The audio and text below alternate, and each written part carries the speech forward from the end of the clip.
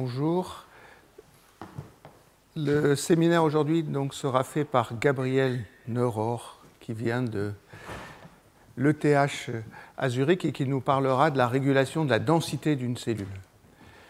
Je vous rappelle ce que j'ai fait la dernière fois. Je vous ai introduit ces modèles pour la régulation de la cellule, où la cellule mesure la durée de son temps, la durée du temps de son cycle, que j'ai appelé un timer, où elle mesure la taille à la fin du cycle, que j'ai appelé un sizer, ou alors où elle impose l'addition d'un certain volume à son volume initial.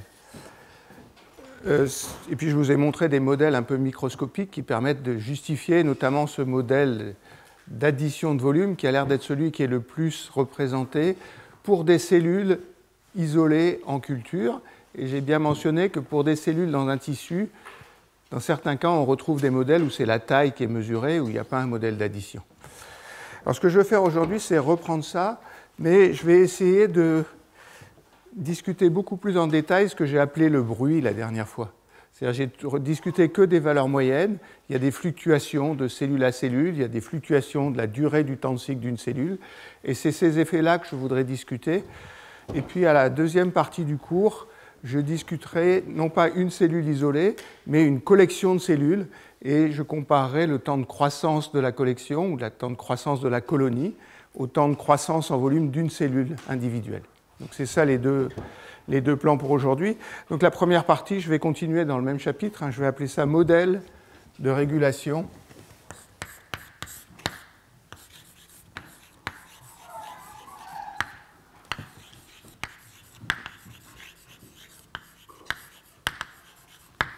de la taille des cellules.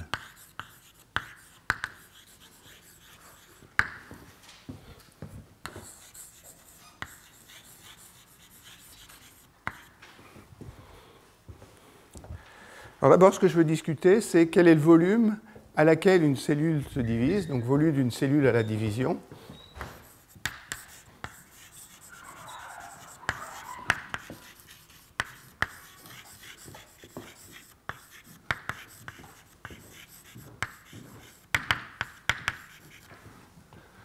Donc je vous rappelle ces trois modèles. Ce que je vais définir, c'est le volume d'une cellule quand elle naît, donc au début du cycle. Ça va être le volume à la naissance.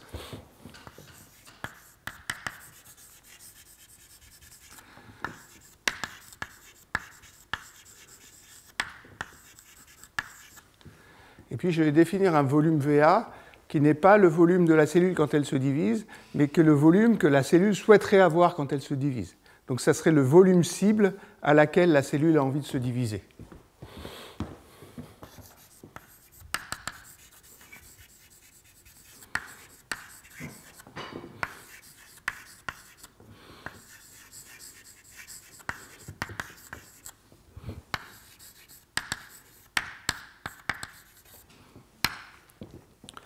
Donc ça serait un peu le volume théorique à laquelle la cellule a envie de se diviser. Ce que je vais supposer aujourd'hui, c'est que la croissance des cellules est exponentielle. Donc le volume croît exponentiellement avec le temps.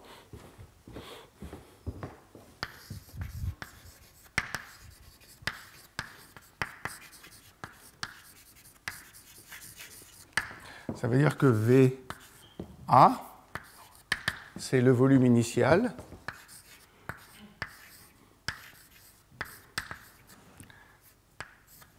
K, c'est le temps de croissance. Vn, c'est le volume initial. Et ça, c'est le volume auquel la cellule aurait envie de se diviser. Donc ça, c'est le temps visé par la cellule pour se diviser. En gros, ça, c'est 2 fois, parce que la cellule va se diviser quand elle aura atteint 2 fois, plus ou moins, le volume initial, à part dans des circonstances un peu particulières. Donc la façon dont ça se passe en réalité, c'est qu'il y a des fluctuations, il y a du bruit. Donc le vrai volume à la division,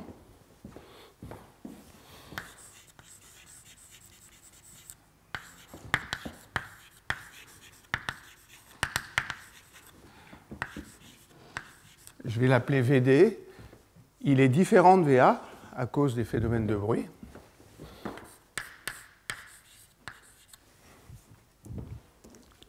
Et c'est ces effets de bruit qui vont m'intéresser. Si la cellule croît exponentiellement sur tout le cycle, le vrai temps de division, il est tel que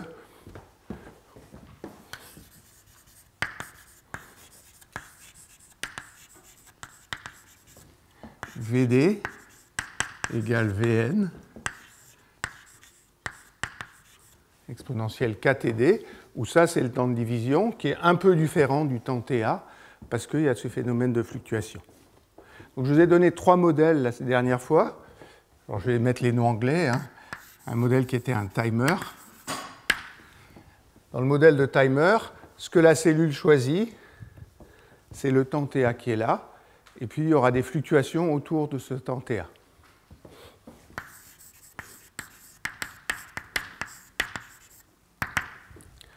Il y a un modèle qui est un modèle de Sizer. La cellule choisit sa taille à la division. Si elle choisit sa taille à la division, la taille à laquelle elle se divise est indépendante du volume initial. Donc je vais écrire que VA, je vais mettre un facteur 2 parce que quand elle se divise, elle se coupe en deux, et si la division est symétrique, les deux parties sont égales. Donc c'est quelque chose comme 2 fois V0. Et puis il y a un modèle d'adder qui est VA. Alors c'est Vn, volume initial, et puis j'ajoute un volume constant. Et ce que je vous ai montré, c'est qu'au fur et à mesure des divisions, le volume de la cellule relaxe vers cette constante de volume ajouté qui est delta. Donc après quelques divisions, il y a relaxation vers ce volume delta qui est là.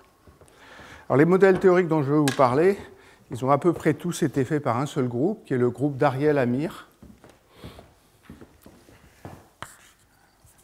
Une craie rouge.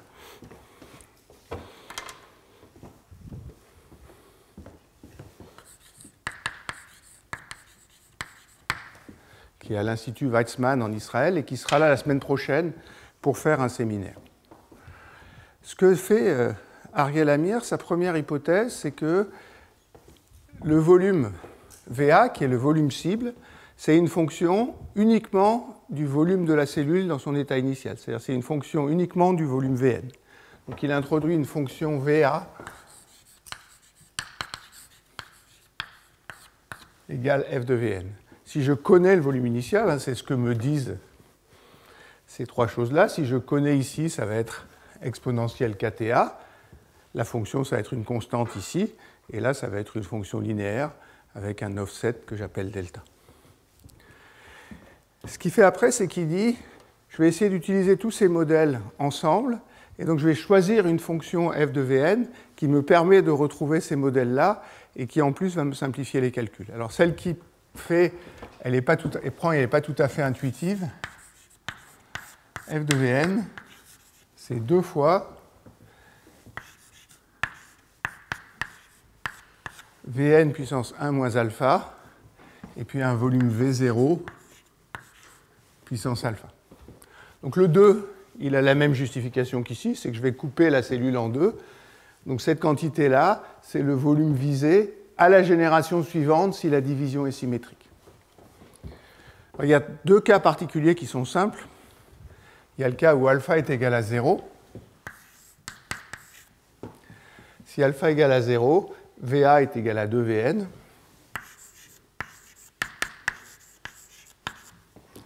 Et ça, c'est un timer. Ce que ça vous dit, c'est que exponentielle kt fois a est égal à 2. Donc le temps de cycle, c'est 1 sur k que multiplie log de 2.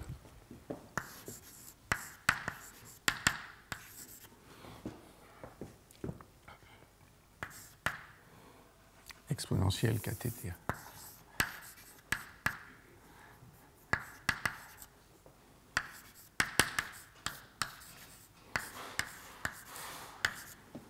Ça, c'est le temps de doublement du volume.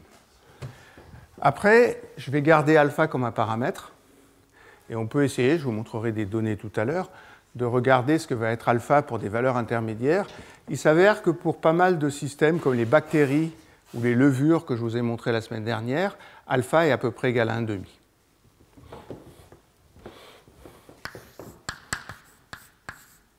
Donc ça serait le modèle de Adder, puisque j'ai argumenté la semaine dernière que tous ces constituants comme les bactéries et les levures travaille plutôt dans ce mode de régulation qui est un mode par addition de volume. Alors pour justifier ça, ce que fait Ariel Amir, c'est qu'il dit, en fait, les fluctuations de volume sont toujours faibles.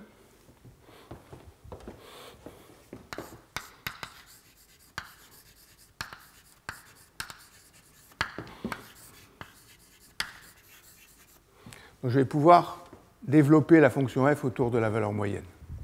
Donc je vais écrire que f de v, c'est f de la valeur moyenne de v,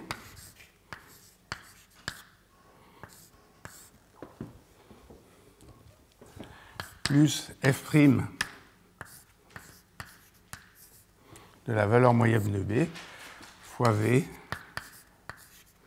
moins valeur moyenne de v. Et ensuite, il argumente, et on verra pourquoi tout à l'heure, que la valeur moyenne de v, si les fluctuations sont faibles, avec la fonction qu'il a écrite, elle est à peu près toujours égale à v0. Donc la valeur moyenne de v, c'est à peu près v0.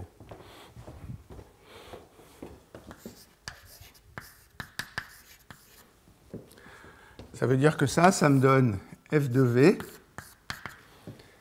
égale f de v0. Alors le f de v0, il est construit pour ça fait 2 fois v0. Plus f' de v0. F' de v0, vous pouvez le calculer, ça fait 2 fois 1 moins alpha.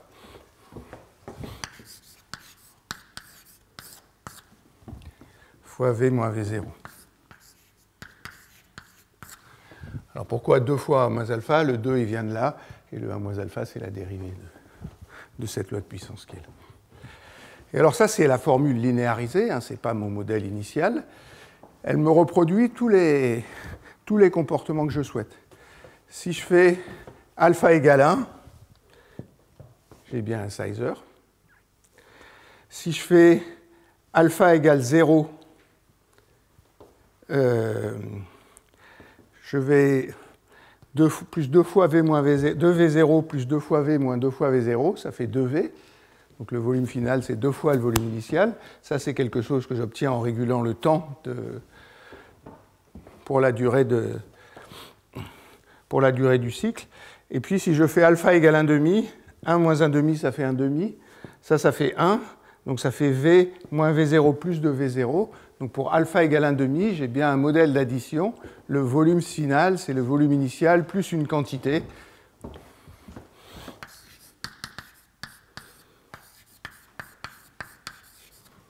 Et cette quantité, c'est delta égale v0.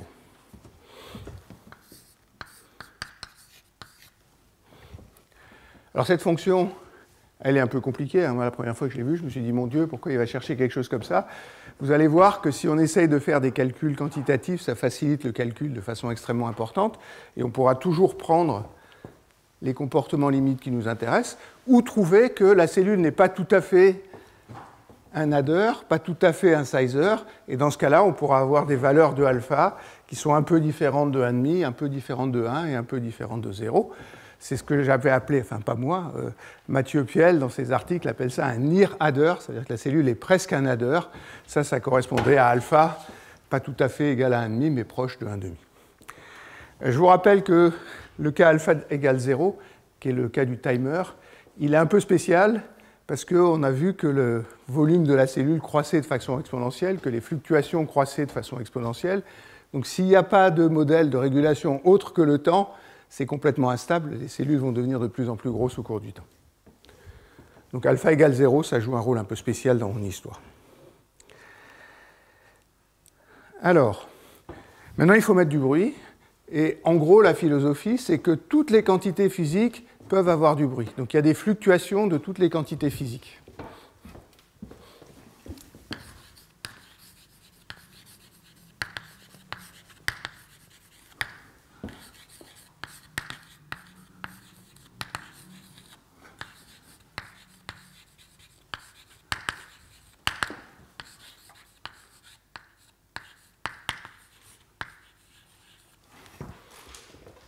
Ça veut dire que je peux considérer, par exemple, qu'il y a un bruit sur la variable VA, c'est-à-dire que le volume à laquelle la cellule va se diviser, c'est un volume fixé VA qui dépend du volume initial, plus un bruit.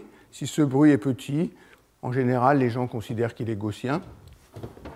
Donc je vais l'appeler XIV.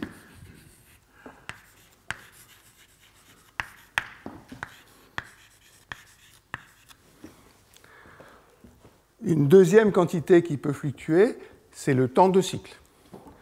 Ce que j'entends par là, c'est que au lieu d'avoir un TA qui serait donné, je vais écrire que TD, le temps de division, TA, plus un bruit que je vais appeler excité. Ça, c'est la fonction du volume initial que j'ai écrit là-bas. Et au-delà de cette valeur cible VA, de cette valeur cible TA, j'aurai un bruit excité que je vais considérer comme gaussien. Il y a des fluctuations du taux de croissance.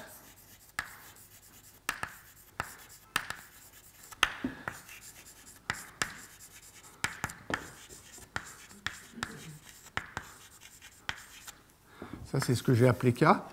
Ça veut dire que si je prends une cellule au hasard, son taux de croissance, ça ne sera pas K, ça sera K plus delta K, où delta K peut être positif ou négatif. Toujours pareil, je vais supposer que le bruit est petit, mais je discuterai à la fin, ces fluctuations de delta K sont importantes quand on regarde une colonie, parce que toutes les cellules ne croissent pas avec la même vitesse. Puis la dernière chose qui peut fluctuer, c'est depuis tout à l'heure, je vous dis, la cellule se coupe en deux, mais il peut y avoir aussi une incertitude là-dessus, ça veut dire qu'elle peut faire une fille un peu plus grande et l'autre fille un peu plus petite. La seule chose qu'on veut, c'est conserver le volume total. Donc la division peut ne pas être symétrique, et je vous ai montré un exemple de bactérie où elle n'était pas symétrique, elle peut ne pas être symétrique en moyenne, mais elle peut aussi être symétrique en moyenne, et puis avoir de façon statistique une des cellules qui est plus grande et l'autre qui est cellule qui est plus petite. Donc c'est la symétrie de la division qui peut fluctuer.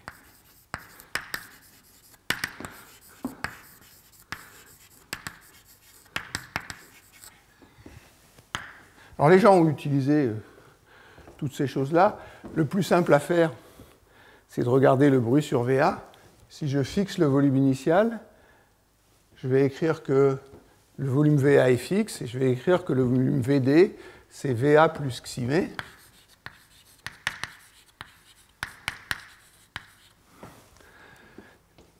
Ça veut dire que si je considère que la distribution du bruit est gaussienne, la distribution du volume final est gaussienne. Il y a une autre variable qui est celle que considère Ariel Amir, c'est de dire que ce qui compte, ce n'est pas tellement le temps sur le volume, c'est le temps sur le... c'est pas la fluctuation sur le volume, c'est la fluctuation sur la durée du cycle. TD, c'est TA plus XT. TA, je sais le calculer ici. Il peut y avoir des fluctuations de TA. Ça veut dire que dans ce cas-là, c'est la variable TD qui a une distribution gaussienne.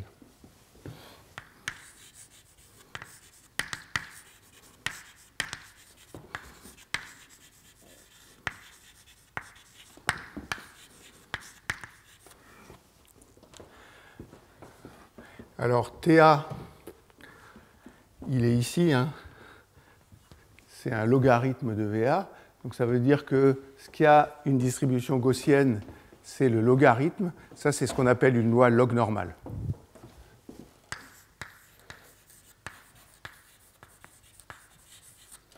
Le plus simple à faire, c'est ça.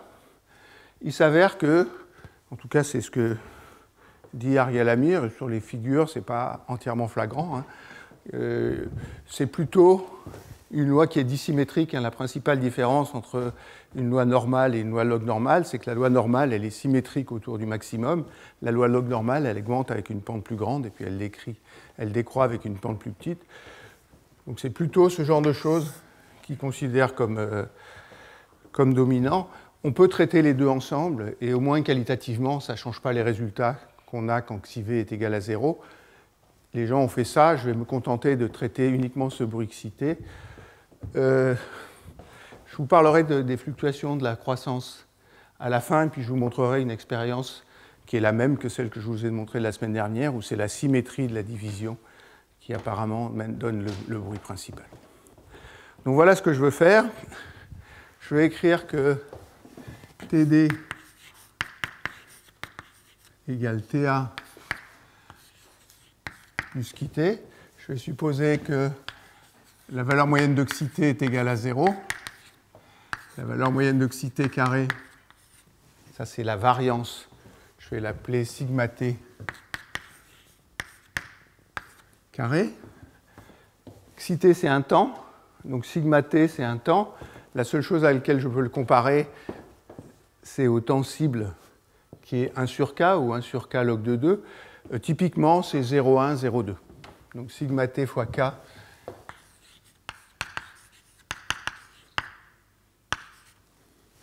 Quelque chose comme ça. Ça, c'est ce qu'on obtient pour les bactéries. Mais ma fonction f, elle est définie telle que VA est égal à f de Vn. Alors, TA, c'est 1 sur k. Où est-ce que je l'ai écrit? C'est 1 sur k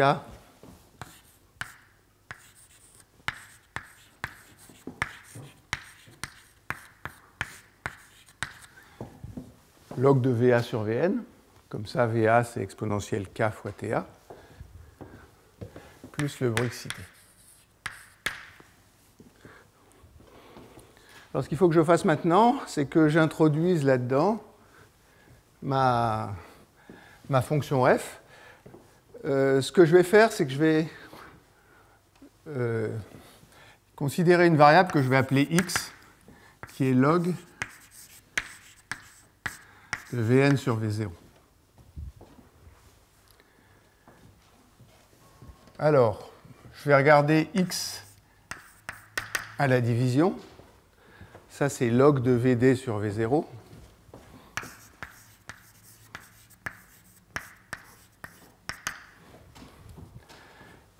Et Td,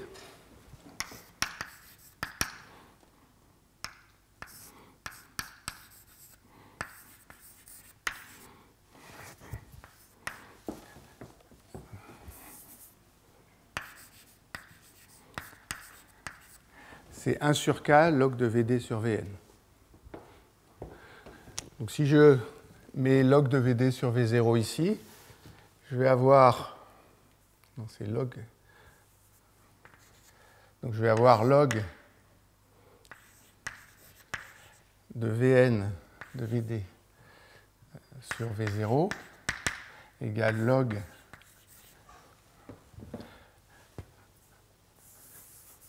ça c'est log de Vd sur Vn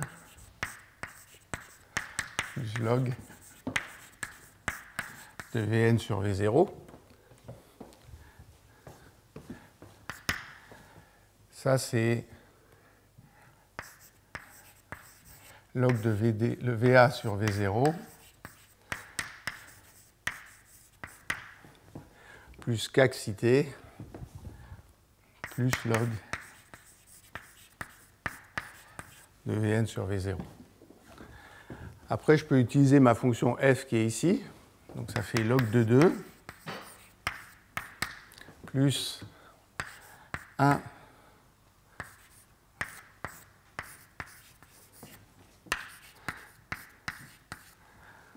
moins alpha log de Vn sur V0. Je l'ai écrit de travers, non? Plus k cité, je me suis emmêlé bêtement.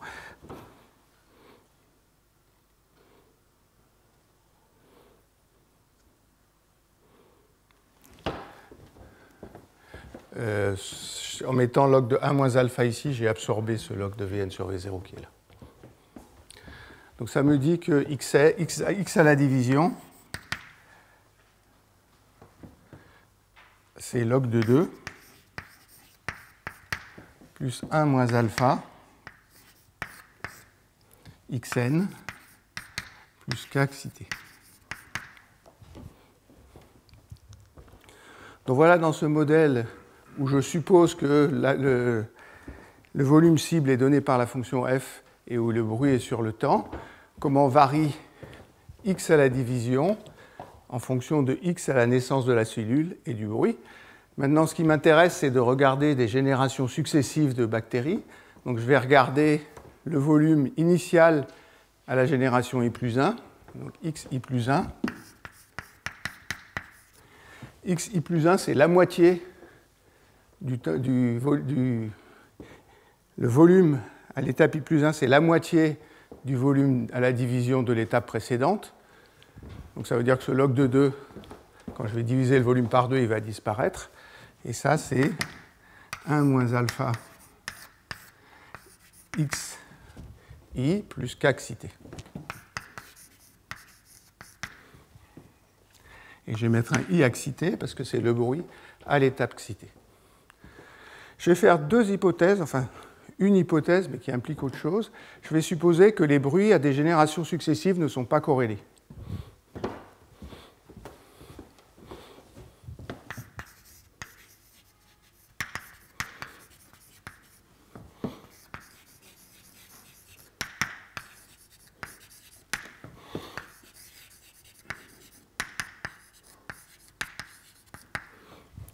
Ce que j'entends par ça, c'est que si je regarde l'étape I, j'aurai un bruit, quand je passe de xi à xi plus 1, j'ai un bruit xi. Si je regarde l'étape I plus 1, j'ai un bruit xi plus 1, et ces deux bruits-là sont complètement décorrélés l'un de l'autre, donc il n'y a pas de mémoire sur le bruit d'une division à l'autre. Si ça c'est vrai, le bruit xi-n, il est complètement décorrélé de xi-t, parce que ça, c'est la taille à la naissance, et ça, c'est le bruit que j'ai à la fin du cycle. Et comme c'est complètement décorrélé, il ne saura pas quel était le bruit avant. Donc là, ça veut dire, si les bruits sont décorrélés entre eux, ça veut dire que xn et xt ne sont pas corrélés.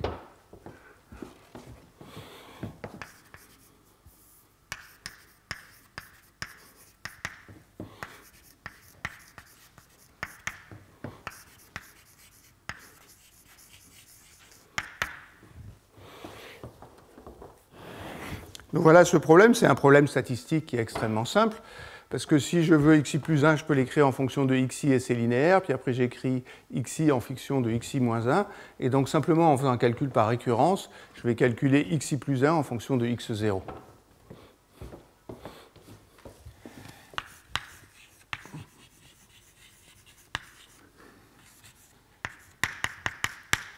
je vais mettre xi, je vais mettre la même chose que dans mes notes. C'est x0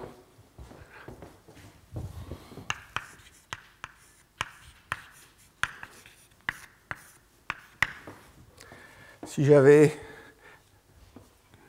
que ce facteur-là, à chaque fois que je rajoute une génération, je rajoute un facteur 1 moins alpha, et donc il y a ce facteur-là. Puis après, il y a les facteurs sur les bruits, donc plus somme de j égale 0 jusqu'à i moins 1. Alors, il y a un facteur 1 moins alpha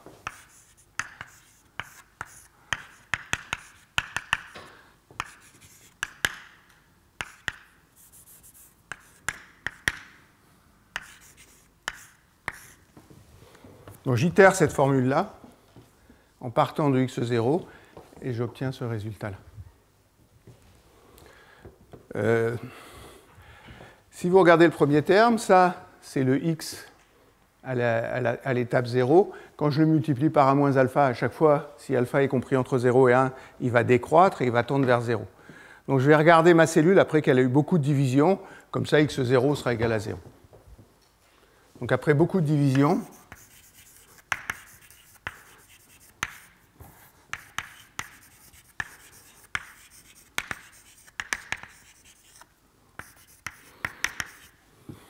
donc je prépare ma cellule en les laissant bien se diviser. Après, je prends une cellule un peu moyenne là-dedans, je pars de cette cellule-là, et je pars de x0 égale 0. Ça veut dire que xi, c'est juste le bruit qui est là, et c'est assez facile de calculer la valeur moyenne de xi carré.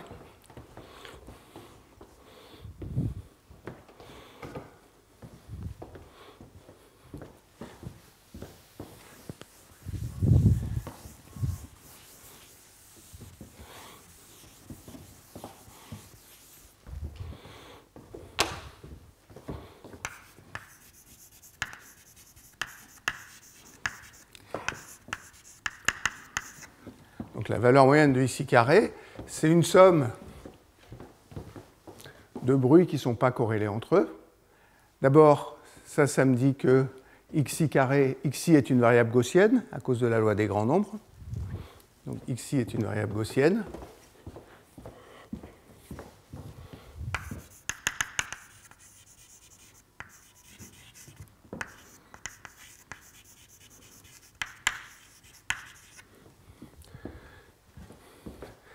Et puis quand je vais prendre le carré de cette somme-là, comme ces bruits-là ne sont pas corrélés, il n'y a que les termes où kxit au carré va apparaître. Donc ça me dit que ça, c'est égal à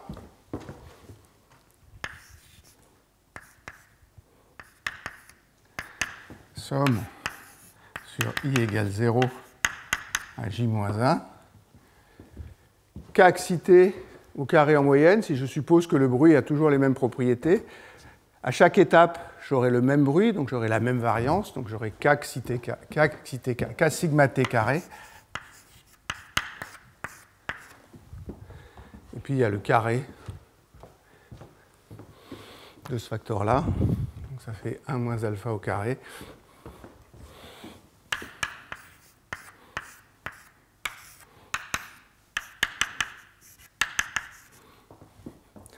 Donc voilà le bruit de la variable x. Ça, c'est une série géométrique. Vous m'accorderez, donc je peux calculer la série géométrique. Faites-moi confiance. Et on trouve que sigma x au carré, au lieu de la sommer jusqu'à, pardon, c'est i-1 qu'il faut mettre ici. Au lieu de la sommer jusqu'à i-1, je vais supposer que i est grand, donc je vais la sommer jusqu'à l'infini.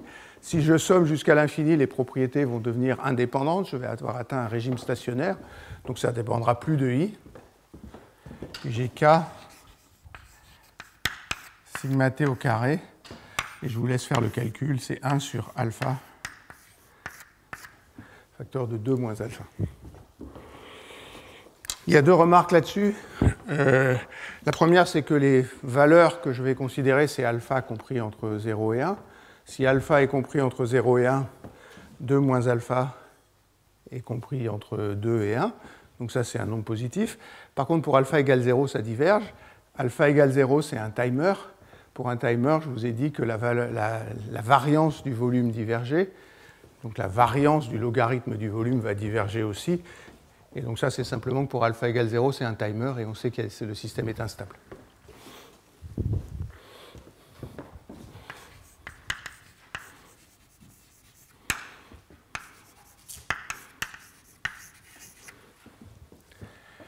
Donc voilà la valeur moyenne du carré, du logarithme du volume.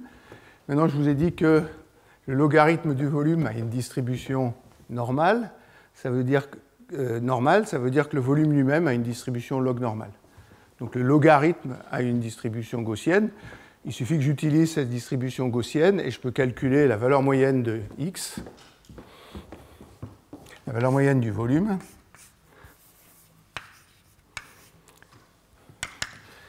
et la valeur moyenne du volume au carré.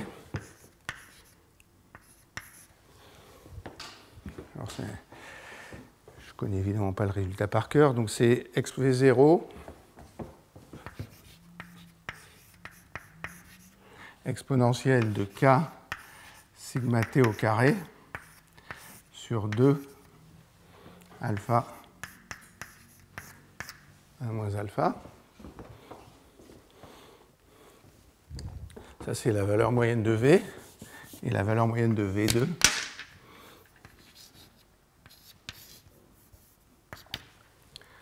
c'est V0 carré exponentielle de 4 fois ça, donc 2 fois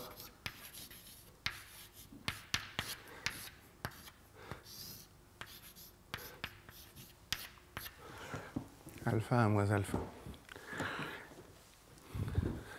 Donc voilà la valeur moyenne du volume. Si k sigma t est petit, la valeur moyenne du volume, ça va être à peu près V0.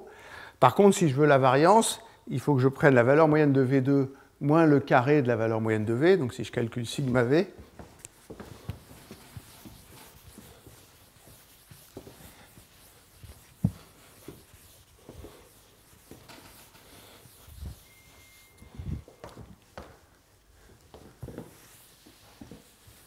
donc la variance de V. Je vais appeler ça sigma V au carré. Donc, sigma V, c'est l'écart type. Donc ça va être ça, moins ça au carré. Donc il va y avoir V0 carré fois exponentielle K sigma T au carré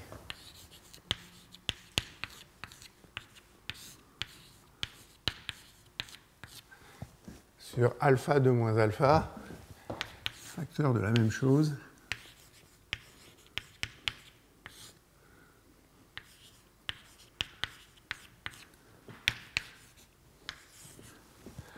Donc le moins 1, c'est la valeur moyenne de V au carré, et le premier terme, c'est celui-là.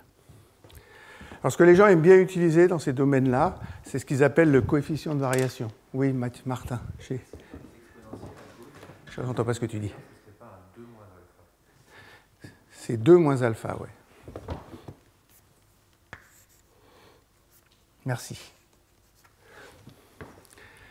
Je l'ai remis ici. Mais je n'aurais pas dû l'écrire comme ça. Donc ce que les gens utilisent, c'est ce qu'ils appellent le coefficient de variation.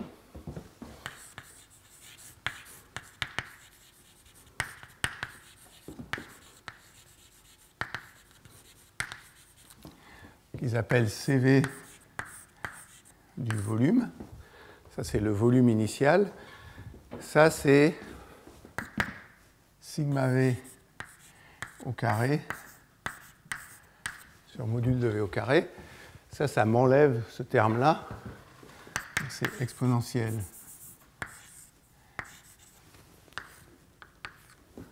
K sigma T au carré sur alpha 2 moins alpha moins 1. Et cette quantité-là, c'est simplement si K sigma T est petit, et si je suppose que alpha n'est pas égal à 0, c'est simplement K sigma T au carré sur alpha fois 2 moins alpha. Ça, c'est les fluctuations du volume par rapport, la fluctuation du volume est entendue comme le carré de l'écart type, divisé par le carré de la valeur moyenne du volume. C'est proportionnel au carré du bruit dans mon système, et le bruit dans mon système, j'ai dit que c'était le bruit sur le temps. Donc voilà pour les fluctuations du volume. Après, à partir de ça, je peux calculer plein de choses.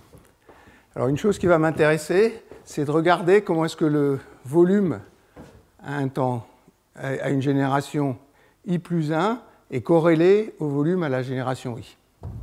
Donc je vais calculer valeur moyenne de x I plus 1 fois valeur moyenne de xi. Alors je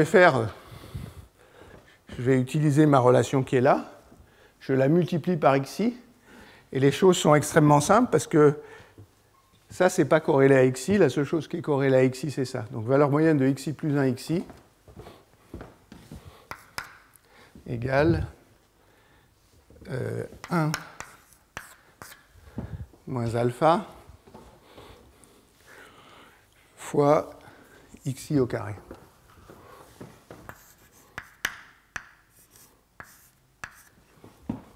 C'est-à-dire c'est 1 moins alpha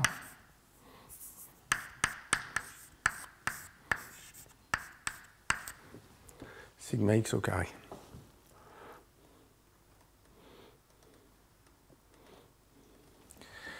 Ça s'annule pour alpha égale 1. Alpha égale 1, j'ai dit que c'était un sizer, c'est-à-dire c'est quelque chose où on régule la division en mesurant la taille, mais si on mesure la taille à l'étape i et à l'étape i plus 1, les volumes à l'étape i et à l'étape i plus 1 ne seront pas corrélés, et c'est ça que vous dit cette formule-là, c'est que si on a un sizer, cette fonction de corrélation, elle est nulle.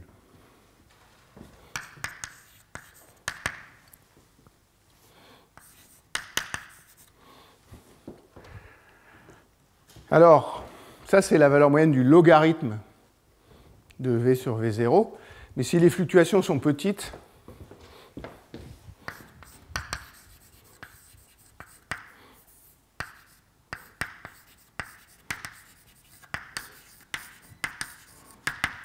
si les fluctuations sont petites, x, i, c'est logarithme de VI sur V0, et je vais écrire que VI plus delta VI. Ça veut dire que xi, si je reporte là-dedans et que je fais un développement limité, c'est juste la fluctuation sur le volume divisé par le volume V0.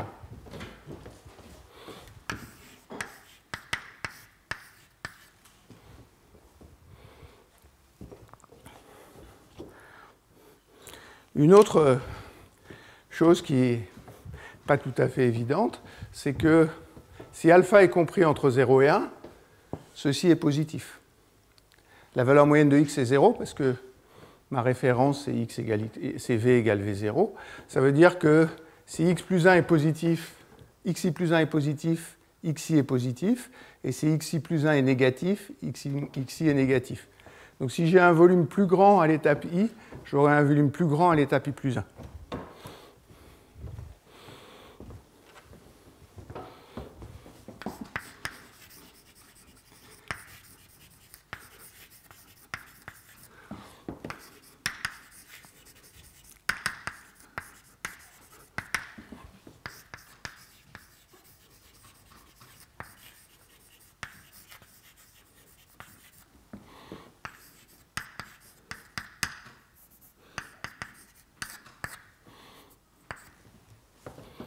Pardon, si j'ai une solide qui est trop grande par rapport à la moyenne, à l'étape d'après, elle reste encore trop grande par rapport à la moyenne.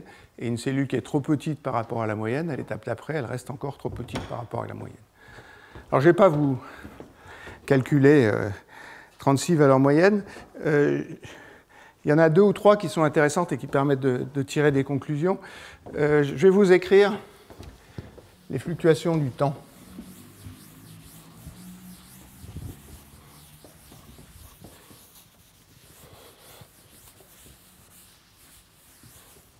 Alors, le temps de division,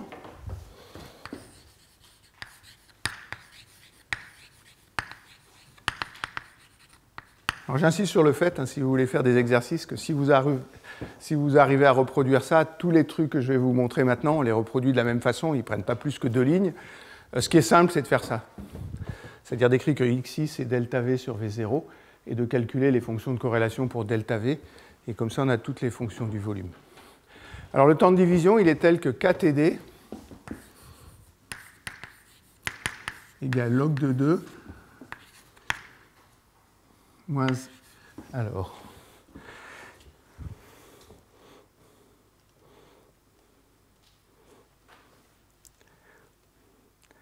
moins alpha x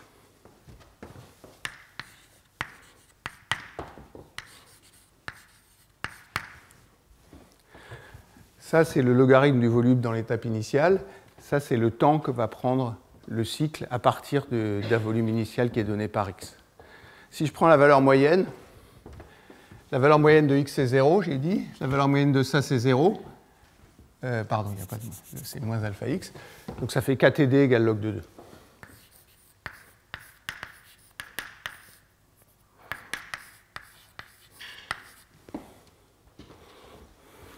Donc il n'y a pas de surprise. Pour doubler par 2, il faut que j'ai un temps de division qui soit exponentiel KTD égale 2. Comme ça, j'ai doublé le volume. Alors, ce qui est plus intéressant, c'est de regarder les fluctuations du temps de division.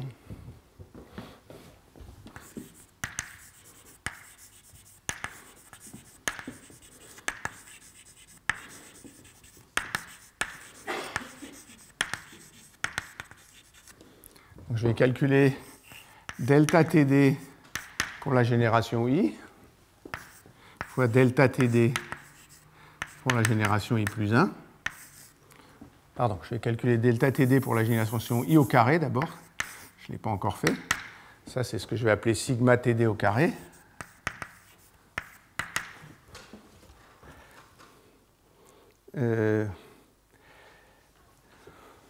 Ça fait 2 sigma x carré, 2 sigma t carré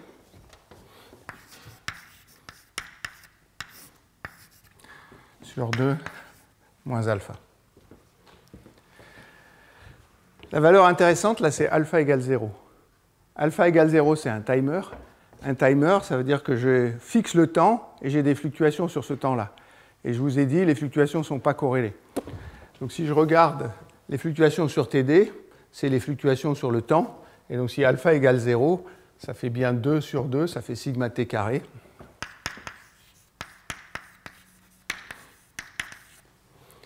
Je tourne un peu en rond, hein. Je vous ai dit, j'ai mis une fluctuation de variance sigma t carré sur le temps de division, et je retrouve la même fluctuation. Si alpha n'est pas égal à 0, cette quantité-là est plus petite, et donc la fluctuation est plus grande.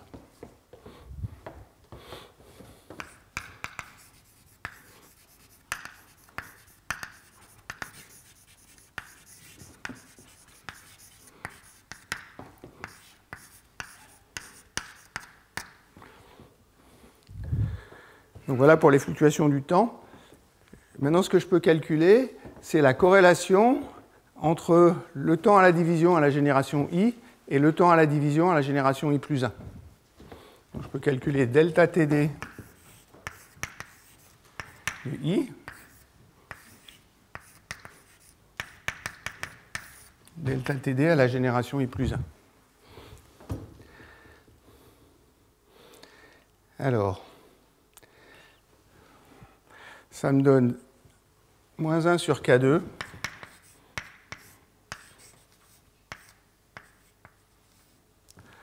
j'ai deux temps, et le temps caractéristique, c'est bien le temps de croissance qui est 1 sur K, facteur 2, sigma 2 fois alpha 2.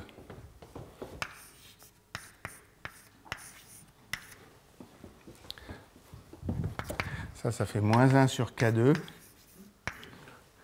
alpha sur 2 moins alpha. Il y a un signe moins ici.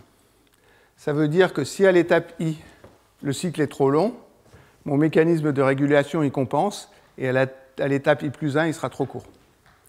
Donc là, il y a un mécanisme. Sur le volume, il n'y en a pas. Sur le temps, il y en a un, si alpha est compris entre 0 et 1. Cette chose-là est négative, donc si delta TI est positif, delta TI plus 1 sera négatif, et réciproquement. Donc il y a une compensation d'une génération sur l'autre.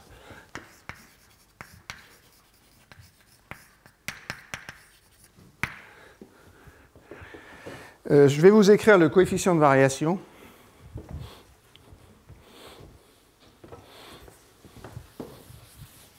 Parce qu'il apparaît après.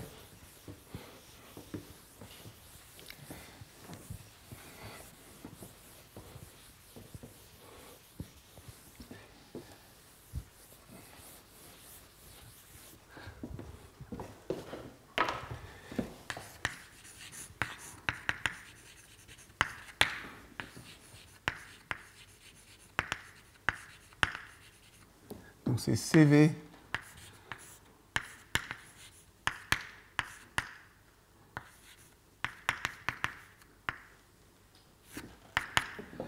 donc ça c'est valeur moyenne ou c'est sigma TD au carré et la façon dont on normalise c'est valeur moyenne de ça. Donc c'est valeur moyenne de delta TD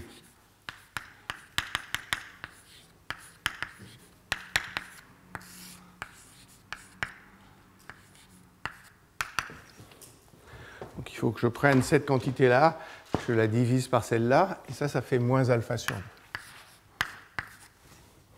Je n'ai pas de changer de signe, j'ai simplement renormalisé par cette quantité-là, j'obtiens quelque chose qui est sans dimension, et ça fait moins alpha sur 2.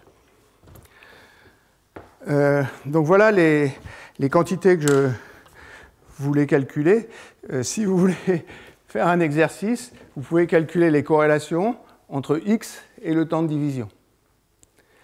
La corrélation entre x et le temps de division, elle est négative, parce que si je pars d'une cellule trop grosse, je vais être obligé de diminuer, je vais faire un temps un peu plus court pour compenser le fait que la cellule était trop grosse au départ. Donc voilà les choses qu'on peut regarder. S'il y a encore une chose dont j'ai besoin pour tout à l'heure, c'est que je vais calculer ρ de t égale x à la génération i plus t fois x à la génération i divisé par sigma x carré. Et ça, c'est 1 moins alpha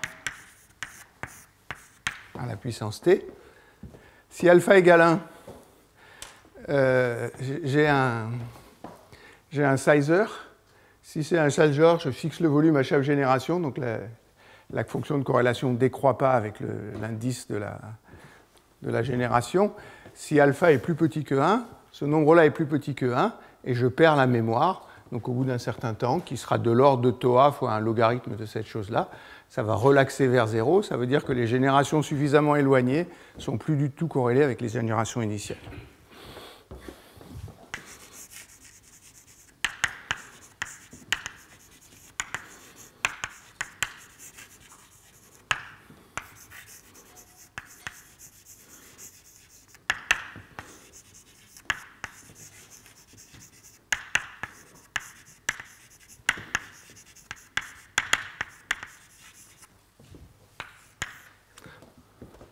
Oui.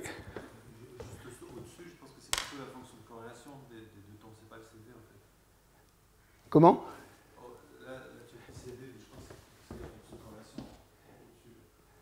Non, parce que delta ti plus 1, c'est ça. 1 sur K2, alpha sur 2 moins alpha. Et celui-là, c'est ça. Oui, ça c'est correct, mais je pense qu'on ne devrait pas l'appeler CV en fait. Il l'appelle CV. C'est pas normalisé par une valeur moyenne parce que la valeur moyenne est 0. C'est pas le même que celui-là quand c'est des quantités différentes. Oui, si c'est ça, je suis d'accord. Je respecte les conventions que les gens font, mais ça m'a perturbé, je suis d'accord, moi aussi. Je vais vous montrer. Ah, mon ordinateur ne veut plus. Ah.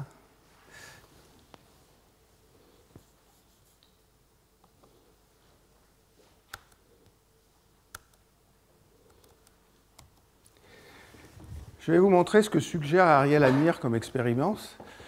Ce qu'il suggère comme expérience, c'est d'utiliser ces corrélations pour essayer de comprendre le mode de régulation du volume.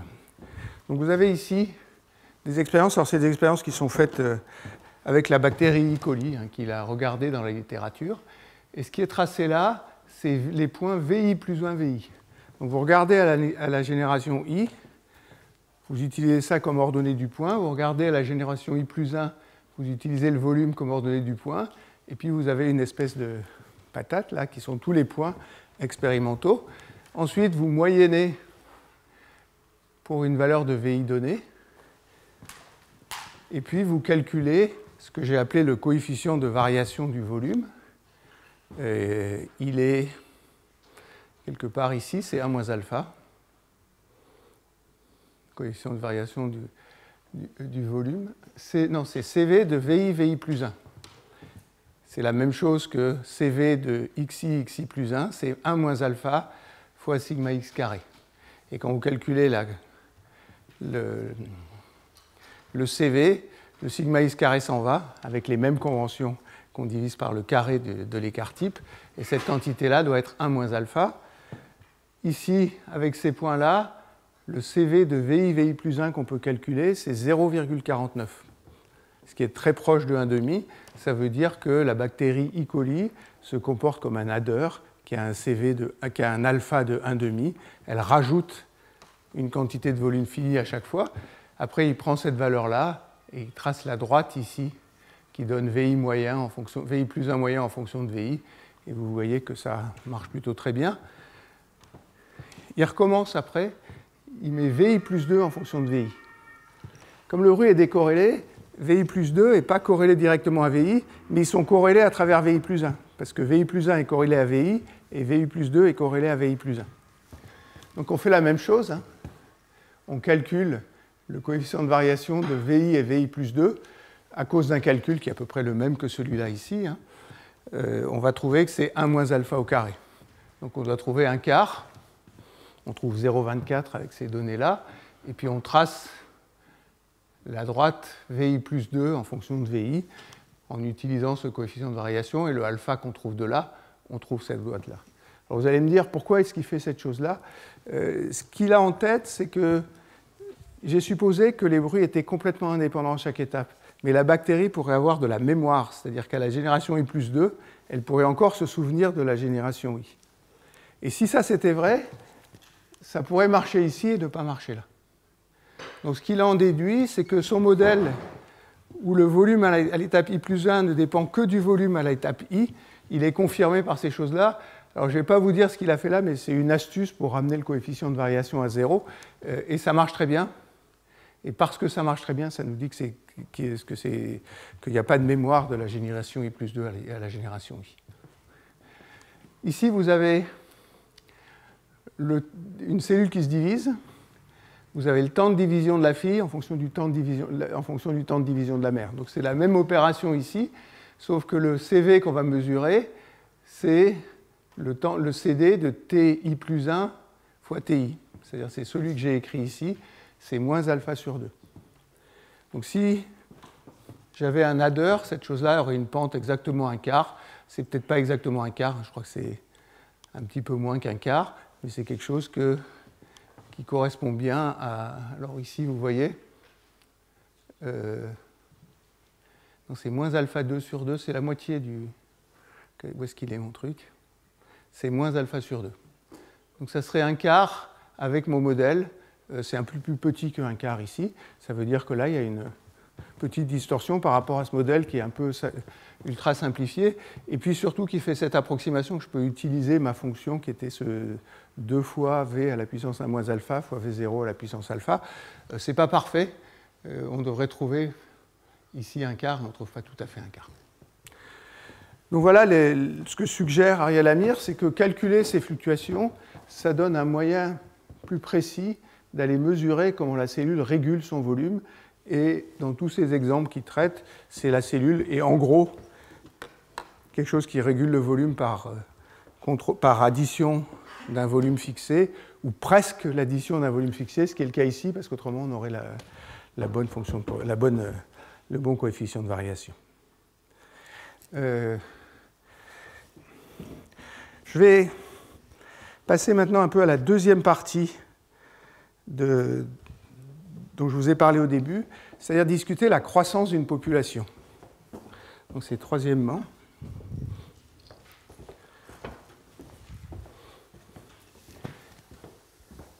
Quatrièmement.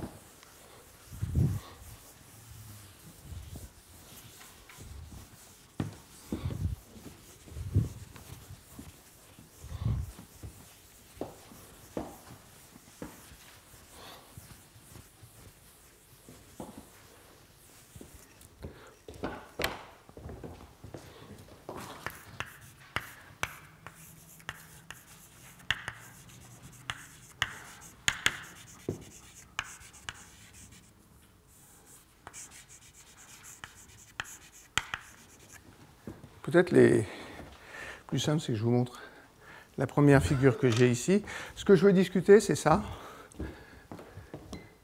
C'est un réservoir où je mets une cellule, puis la cellule se divise en deux, elle a deux filles, et puis chaque fille se divise en deux, etc., etc.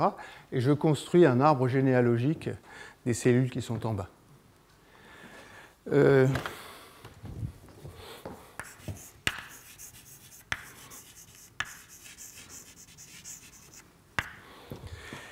Il y a plusieurs types de cellules sur cet arbre. Il y a les cellules qui vivent au dernier instant, c'est-à-dire les cellules qui existent à l'instant T. Alors il voit ça comme un arbre, il appelle ça les feuilles.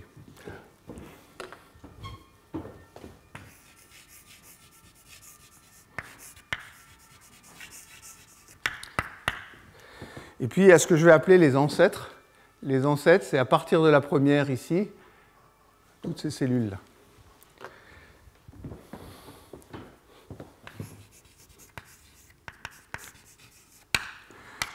Alors combien j'en ai de chaque? Supposez que à chaque génération, je multiplie le nombre par 2. Donc chaque cellule se divise en deux. Je vais généraliser ça, je vais diviser en nu. Donc nu cellules apparaissent à chaque génération.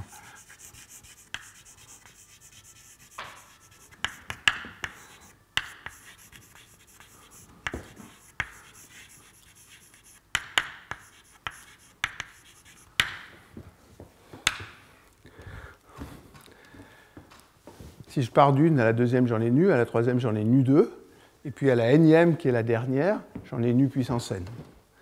Donc les cellules feuilles, nu f, nu puissance n. Alors si je veux les ancêtres, à la première génération, j'en ai 1, à la deuxième génération, j'en ai nu, à la troisième, j'en ai nu 2, nu 3, jusqu'à n-1. Donc n ancêtres, c'est 1 plus nu à la puissance n-1. Ça, c'est une série géométrique. Et la somme de cette série géométrique, c'est nu puissance n.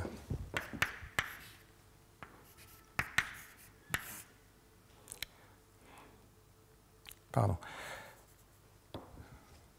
C'est nu puissance n-1 sur nu-1.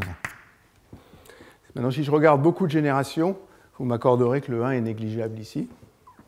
Ça, c'est NA. Et donc, j'ai NA égale NF sur nu-1. Maintenant, si je regarde le cas réaliste, nu est égal à 1. Donc, dans un arbre comme ça, il y a la moitié des cellules qui sont dans la dernière génération, et il y en a la moitié qui sont dans toutes les générations précédentes. À ce 1 près ici, ça c'est vrai s'il y a suffisamment de générations. Une chose qui est plus subtile, c'est de regarder la probabilité qu'une cellule se divise.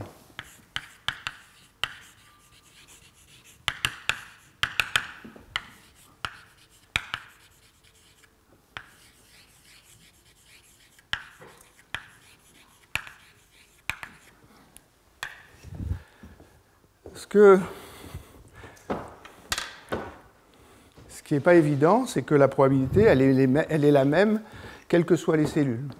Ça veut dire que je pourrais définir une probabilité moyenne qu'une cellule se divise en moyennant sur tout l'arbre.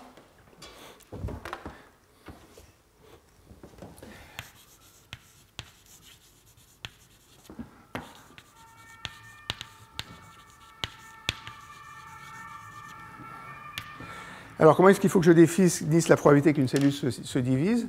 La probabilité qu'elle se divise, elle va dépendre depuis combien de temps la cellule a apparu, depuis combien de temps la cellule est née. Ça, c'est l'âge de la cellule. Donc, c'est une fonction de l'âge. Je vais l'appeler f de taux. Je pourrais prendre la probabilité qu'une cellule se divise pour les dernières cellules, pour les feuilles.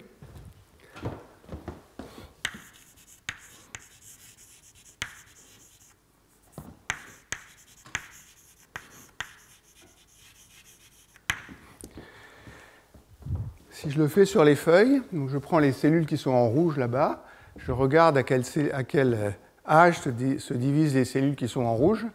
Ça va être une fonction différente f1 de taux.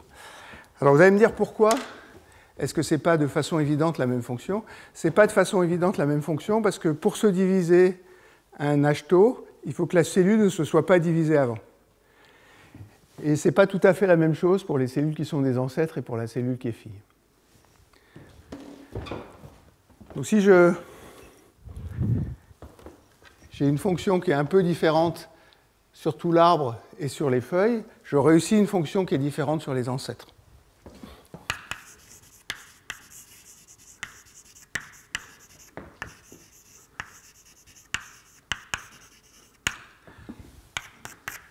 Alors elles sont reliées, bien sûr, hein, parce que si je moyenne,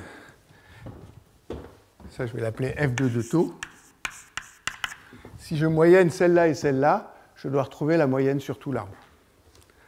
Donc si je vais écrire f de taux, ça sera n f fois f1 plus n ancêtre fois F2 divisé par NF plus NA.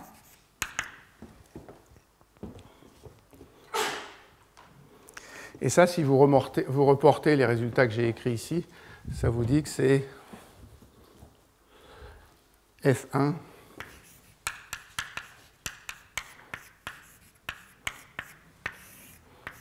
plus nu moins 1 F2 sur 2.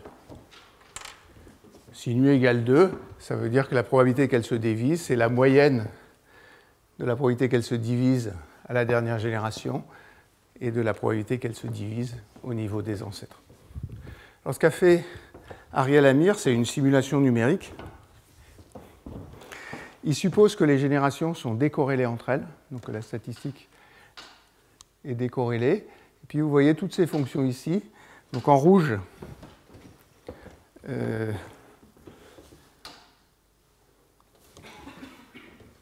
j'arrive plus à lire malheureusement, c'est quelque chose que je n'avais pas prévu. Enfin, il y a ces trois fonctions qui sont là ici, et puis il y en a une quatrième qui est en rouge. La quatrième en rouge, c'est la probabilité qu'on se divise le long d'une lignée. Donc on considère une lignée cellulaire et on calcule la probabilité le long de cette lignée-là. Je vais l'appeler FL.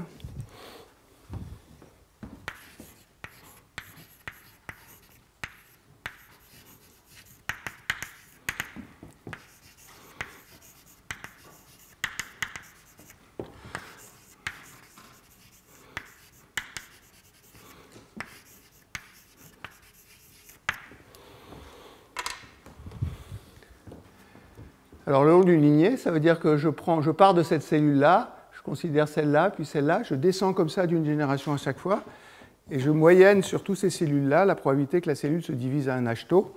Ce que j'obtiens à la fin, c'est quelque chose d'un peu différent. Et là, la raison, elle est très claire, c'est que je vous ai montré que si je prends une cellule, son temps de division à la nème génération, ou à la ième génération, il est corrélé à son temps de division à la n plus unième génération. Donc ces cellules-là, elles sont corrélées entre elles. Par contre, si je moyenne sur tout l'arbre, je vais moyenner sur une cellule comme ça et une cellule qui est plus loin ici. Donc celles-là, elles ne sont pas corrélées entre elles. Donc il y a une corrélation supplémentaire et ça fait qu'on arrive à la courbe rouge qui est ici. On peut vérifier que la relation que j'ai écrite là est bonne, et ça, c'est la moyenne entre les trois courbes qui sont de ce côté-là. Donc c'est un peu subtil, cette histoire. Suivant la façon dont on définit la probabilité d'une cellule de se diviser, on va trouver des lois qui sont différentes au même âge. Alors, je vais aller un peu plus loin dans ce genre de direction. Ce que je vais essayer de vous montrer, alors il y a beaucoup de ces choses-là qui ont été faites dans les années 60.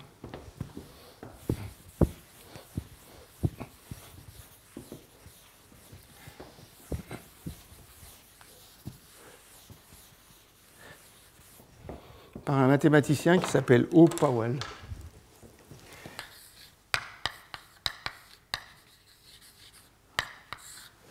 Ces articles ne sont pas très difficiles à lire, c'est assez technique, il n'a pas peur de résoudre des équations différentielles compliquées, mais à la fin, à partir d'idées comme celles que je vais vous montrer là, il arrive à des tas et des tas de résultats qui pour moi sont absolument pas évidents et qui sont dits un peu au même genre d'effet que ce que je viens de vous décrire qualitativement. Donc ce qu'on suppose, c'est que la croissance des bactéries, alors on le fait pour des bactéries, on suppose que la croissance est exponentielle.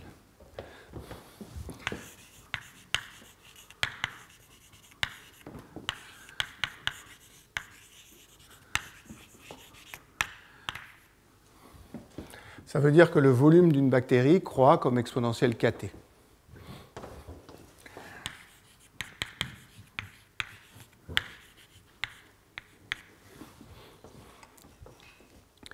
Je vais supposer aussi que la population croît de façon exponentielle.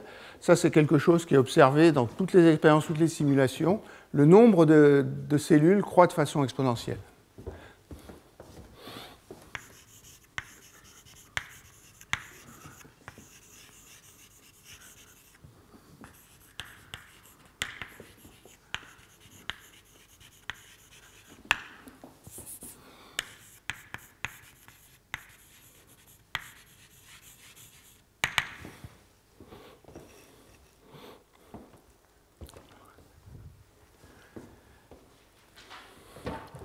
Mais rien ne nous dit a priori que l'exponentielle est la même.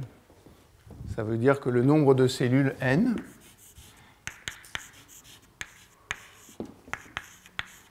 exponentielle lambda t. Et la question que se sont posées des gens comme Powell, c'est est-ce que quand je mesure la croissance du nombre de cellules et la croissance du volume, c'est-à-dire la croissance d'une génération ou la croissance de toute la population, est-ce que je dois arriver au même résultat? Et si je n'arrive pas au même résultat, lequel des deux est plus grand? Donc c'est ça que je veux discuter dans le temps qui reste.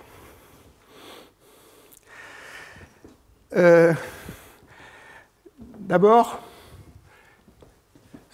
donc je vais regarder ma population de cellules à un instant t.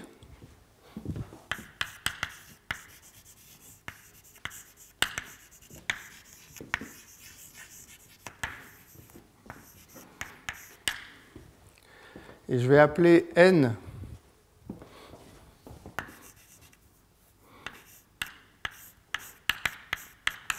de t et de taux la probabilité, le nombre de cellules qui, à l'instant t, ont un H taux.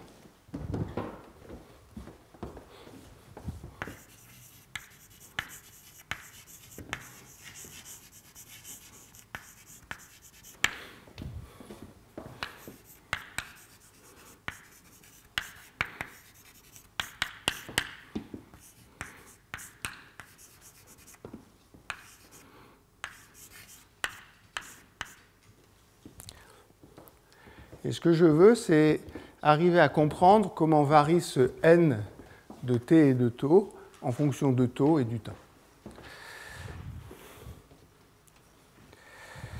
Alors, je vais calculer la variation. Je vais faire un petit changement de temps en passant de t à t plus dt, et je vais calculer la variation de n.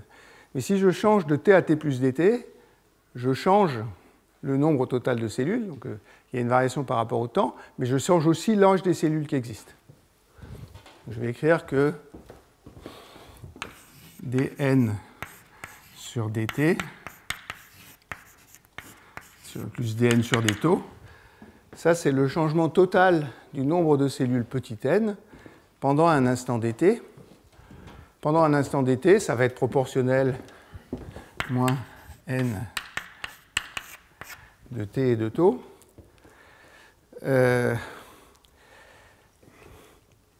Fois la probabilité que les cellules se divisent à l'instant t.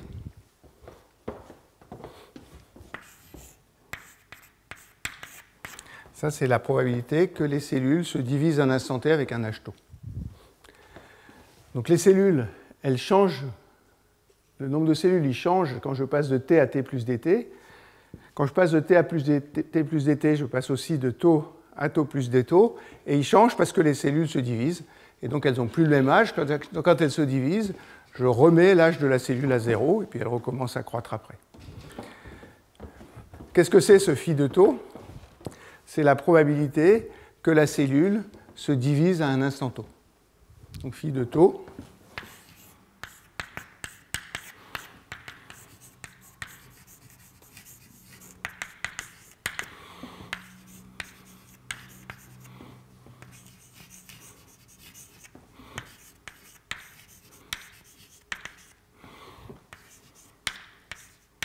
Un H taux.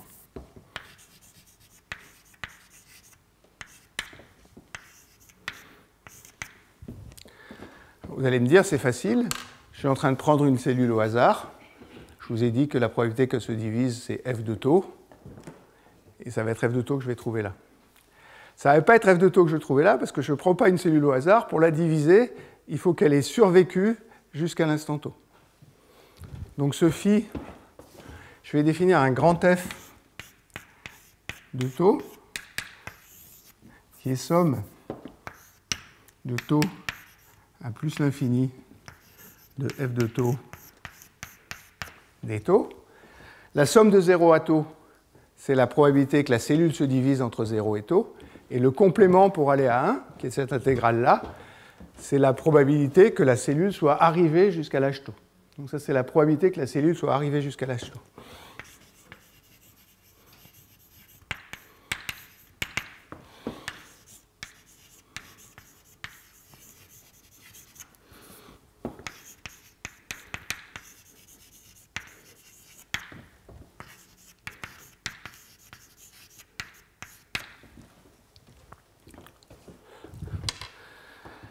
Alors maintenant, que vaut phi de taux?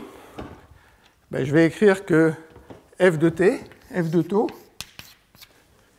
probabilité qu'une cellule au hasard que j'ai piochée se divise, c'est égal à phi de taux fois grand F de taux. En d'autres termes, il faut que je renormalise F de taux en divisant par grand F de taux pour normaliser sur toutes les cellules qui peuvent se diviser pour arriver à quelque chose qui a une probabilité dont la norme est égale à 1. Donc phi de taux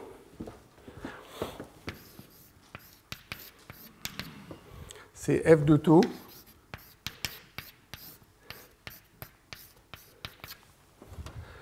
où F de taux c'est cette intégrale qui est là. Alors je peux reprendre mon équation d'évolution de la population.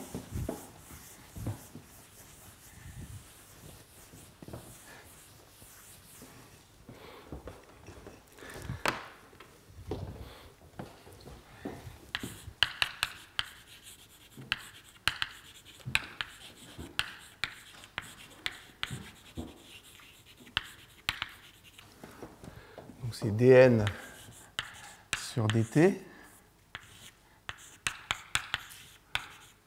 plus dn sur des taux égale phi de taux, et ça dépend plus de t maintenant, fois n.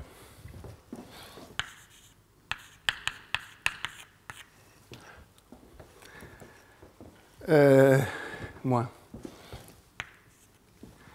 Cette équation-là, du fait que j'ai la somme des dérivées ici, elle a une solution que j'appellerai stationnaire, qui est le produit d'une fonction de t par une fonction de taux. Donc je peux écrire que n de t et de taux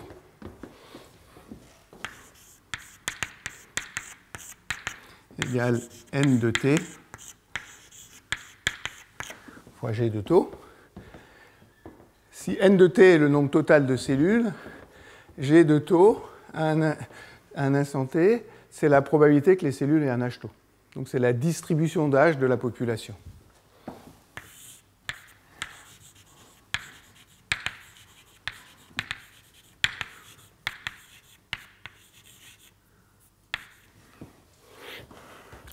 Après, si je reporte cette solution dans l'équation, tout va être proportionnel à n de t, donc je vais pouvoir oublier n de t.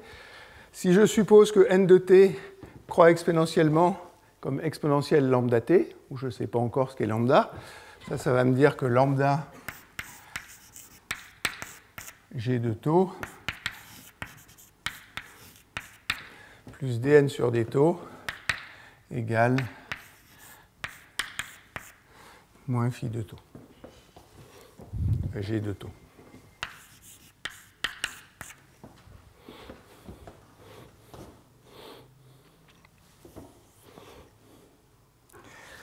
On peut résoudre cette équation.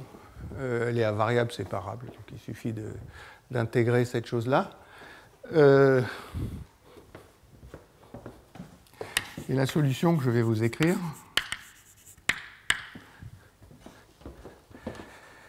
c'est g de taux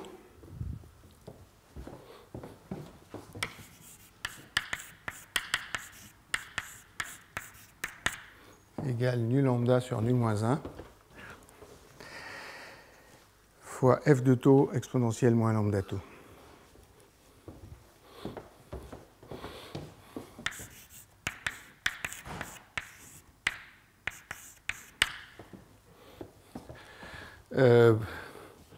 Pourquoi il y a un facteur nu sur nu moins 1? Je suppose que chaque cellule se divise en n cellules, et donc si nu est égal à 2, il y a un facteur 2, hein, bien sûr, parce que chaque fois que je me divise, je crée 2 cellules. Si vous regardez quelque chose qui se divise en nu descendant, il y a un facteur nu sur nu moins 1. Donc f de taux, je le connais, si tant est que je connais la fonction petit f de taux, et donc je connais la distribution d'âge de la cellule. Après, il y a un truc qui paraît un peu magique, c'est qu'une fois que j'ai écrit ça, je vous ai dit avec les mains, mais si je choisis n de t comme le nombre total de cellules, g de taux, c'est la fraction des cellules qui a un âge taux. Ici, j'ai utilisé la condition à taux égale 0, c'est que j'en crée 2 enfin j'en crée nu chaque fois que je me divise, mais je n'ai pas utilisé cette chose que toutes les cellules ont un âge. Donc l'intégrale de G de taux des taux est égale à 1.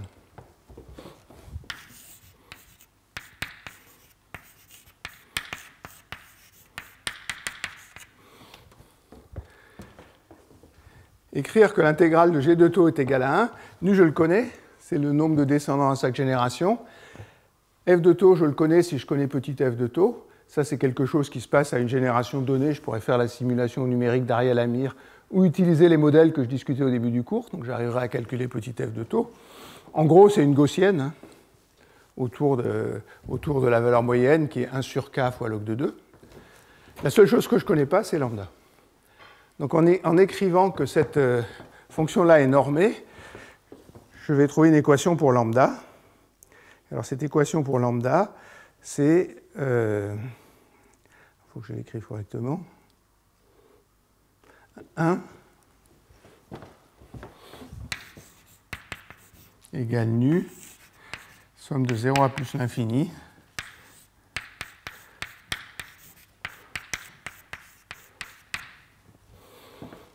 de f de taux des taux. C'est une équation un peu compliquée parce que ce que ça vous dit, c'est que si vous prenez la transformée de Laplace de la fonction f de taux, la transformée de Laplace pour la valeur de Laplace égale à lambda, qui est le taux de croissance de la population, multiplié par 2, ou nu, comme vous voulez, doit être égal à 1. Et ceci dit, j'ai une équation et une inconnue. Donc c'est ça qu'a montré Orwell.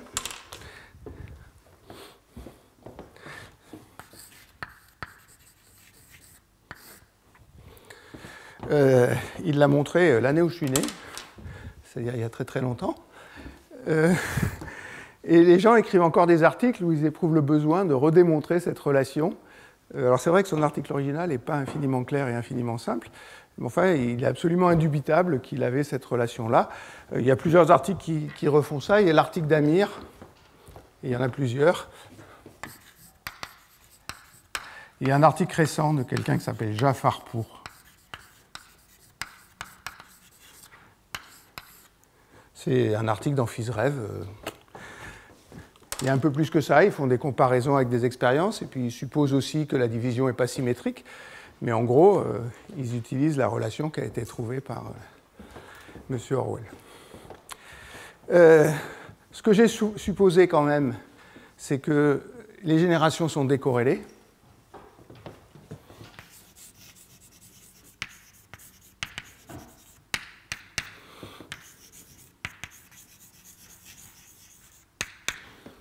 C'est-à-dire qu'à chaque étape, ce qui se passe est indépendant de l'étape suivante, ce qui n'est pas vrai s'il y a régulation du volume.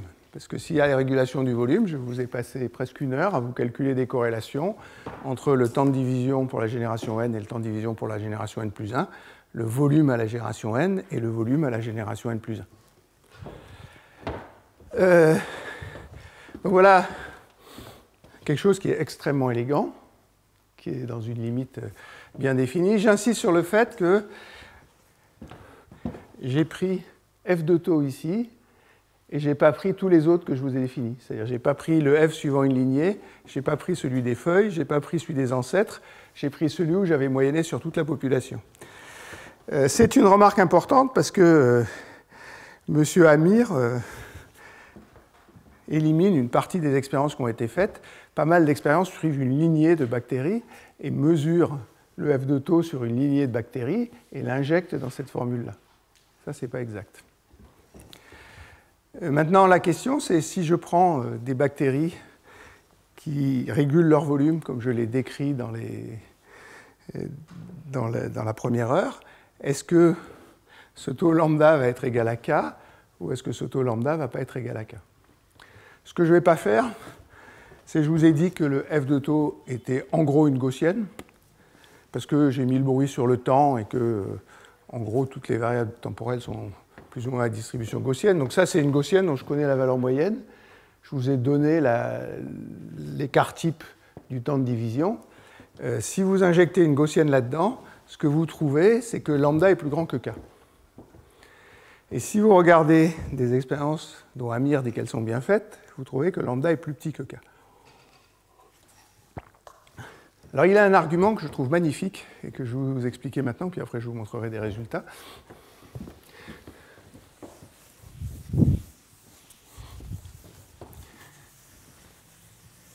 Alors ce que dit son argument, c'est que si je mets du bruit que sur le temps, c'est-à-dire si le seul bruit que je mets c'est excité,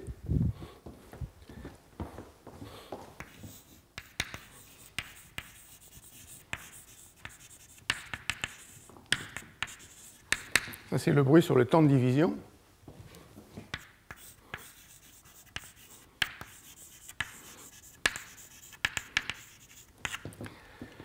et si les bactéries régulent leur volume,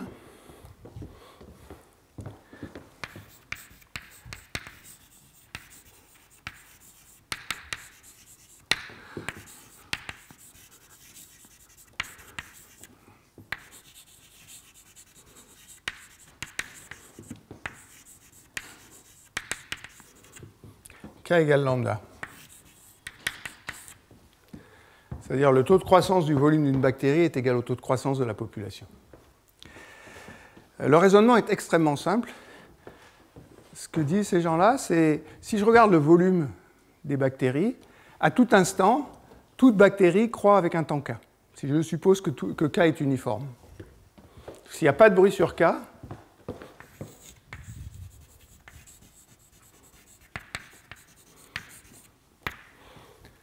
à tout instant,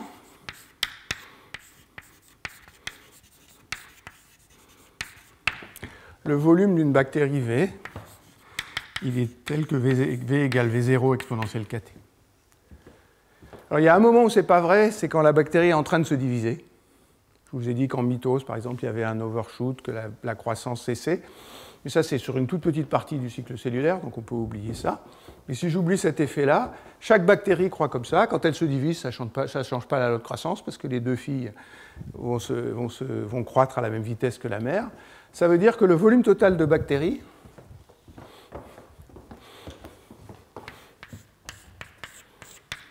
c'est une somme des volumes qui croissent exponentiellement. Donc c'est un certain V0 exponentielle KT. Maintenant, si je suppose que la masse des bactéries croît comme n, le nombre de bactéries croît comme exponentielle lambda t, donc si j'écris que n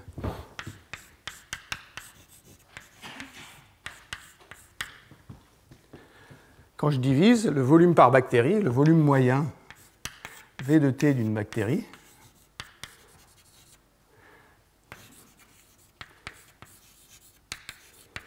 ça c'est grand V divisé par grand N,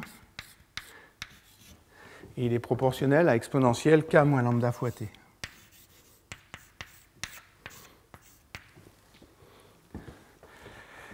Maintenant, si les bactéries ne régulent pas leur volume, il n'y a aucun problème à ce que le volume moyen d'une bactérie croisse comme exponentielle K moins lambda fois T.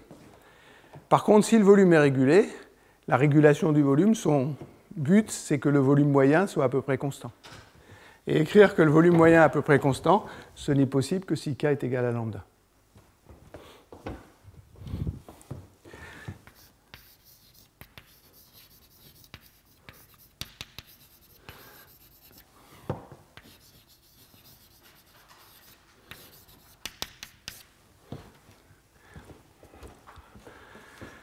Donc s'il y a du bruit uniquement sur le temps de division, et si les bactéries régulent leur volume, on doit trouver que K est égal à lambda.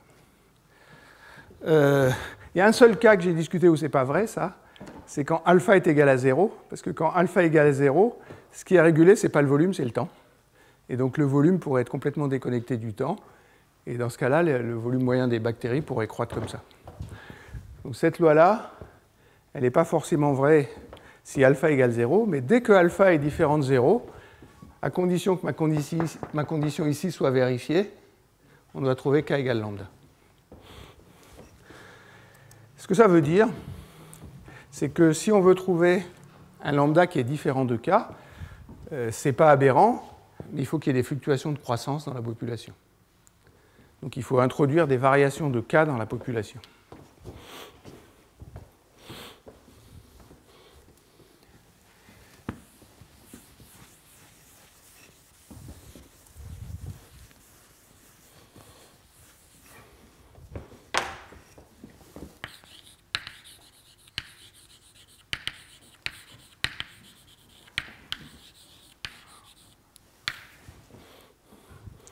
Donc ce que dit la théorie, c'est que, enfin, en tout cas celle d'Ariel Amir, c'est que si on fait les choses bien, s'il n'y a que des fluctuations du temps de division, il faut mettre des fluctuations de k pour que lambda soit différent de k. Alors quand je dis lambda différent de k, c'est lambda différent de k moyen maintenant, bien sûr, puisqu'il y a des fluctuations de k. Et ça veut dire que je ne peux pas appliquer cette relation-là, parce que si vous mettez une gaussienne là-dedans, j'ai même vérifié le calcul pour voir comment ça marchait, vous trouvez quelque chose de plus grand, et ça doit être égal à 0, la correction. Alors je vais vous montrer, c'est encore là, hein.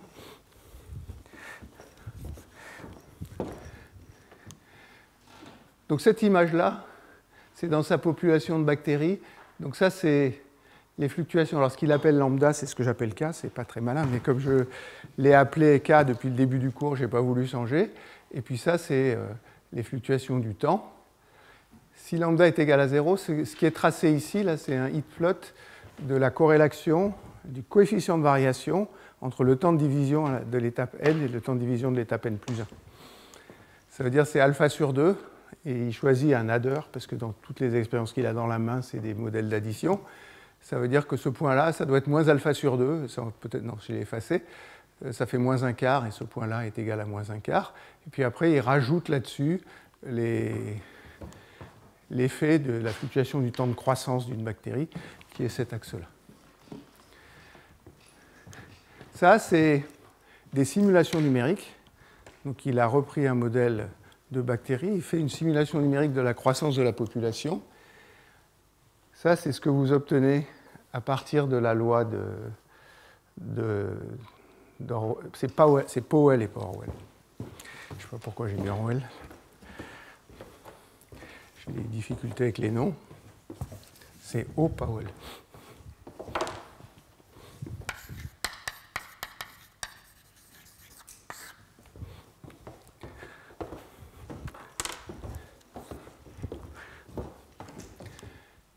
Ça, c'est ce que vous obtenez à partir de la loi de Powell. Là, il n'y a pas de fluctuation du taux de croissance d'une bactérie. Donc, pour toutes les valeurs pour mon paramètre alpha, le lambda est constant et est égal à 1 parce qu'il est normalisé par le taux de croissance du volume, sauf à un point qui est le point alpha égale 0, qui est exactement donné par ma loi qui est ici. Donc, ce point-là est donné ici. Et puis après, si vous calculiez ce qu'on obtient par cette loi-là, comme je vous disais, vous obtenez quelque chose qui croît et qui est pas mal plus grand que ce qui est mesuré expérimentalement. Donc s'il n'y a pas de fluctuation du taux de croissance d'une bactérie, ce que je vous ai affirmé semble correct dans les simulations, s'il n'y a pas de régulation du volume, en gros, les cellules sont décorrélées. Si les cellules sont décorrélées, mon argument ne tient plus. Si elles sont décorrélées, j'ai le droit d'appliquer la loi de Powell, et je trouve cette loi de croissance ici. Maintenant, si vous prenez alpha différent de 0, il prend alpha égale 1,5 ici, vous trouvez quelque chose qui vous dit que le taux de croissance de la population est plus petit que le taux de croissance du volume d'une cellule. Et ça, c'est dû aux corrélations entre cellules et au fait qu'on n'a pas le droit d'appliquer cette chose-là. Bon, après, vous pouvez varier les fluctuations du taux de croissance en volume. Si c'est égal à 0, on doit trouver 1 à cause de ce raisonnement-là. Et puis quand vous l'augmentez, vous diminuez le taux de croissance de la population par rapport au taux de croissance moyen du volume des bactéries. C'est un résultat qui me paraît hautement non trivial. On a l'impression que le problème est très très simple. Ça dépend beaucoup de la façon dont on fait la mesure. En particulier, Amir rejette un article expérimental assez récent, hein, qui vérifiait parfaitement cette loi-là. Sauf qu'il vérifiait parfaitement cette loi-là, et Amir a remarqué qu'ils n'ont pas mis f de taux ici, dans l'expérience. Ils n'ont pas mis f de taux, et s'ils n'ont pas mis f de taux, ils ont mis le long d'une lignée. Et comme on a supposé que f de taux, c'était pour des cellules qui étaient aléatoires, ce n'est pas le long d'une lignée, parce que les cellules le long d'une lignée sont corrélées. Je vous ai même calculé la façon dont elles étaient corrélées. Donc il dit, la formule, elle marche, mais elle n'est pas appliquée correctement, donc ça ne sert à rien d'utiliser cette formule. Donc voilà un peu sur ce que je voulais vous dire sur ces problèmes de croissance de population. Il y aurait plein de choses à raconter encore, mais on va s'arrêter sur ce résultat qui, moi, me paraît très, très spectaculaire.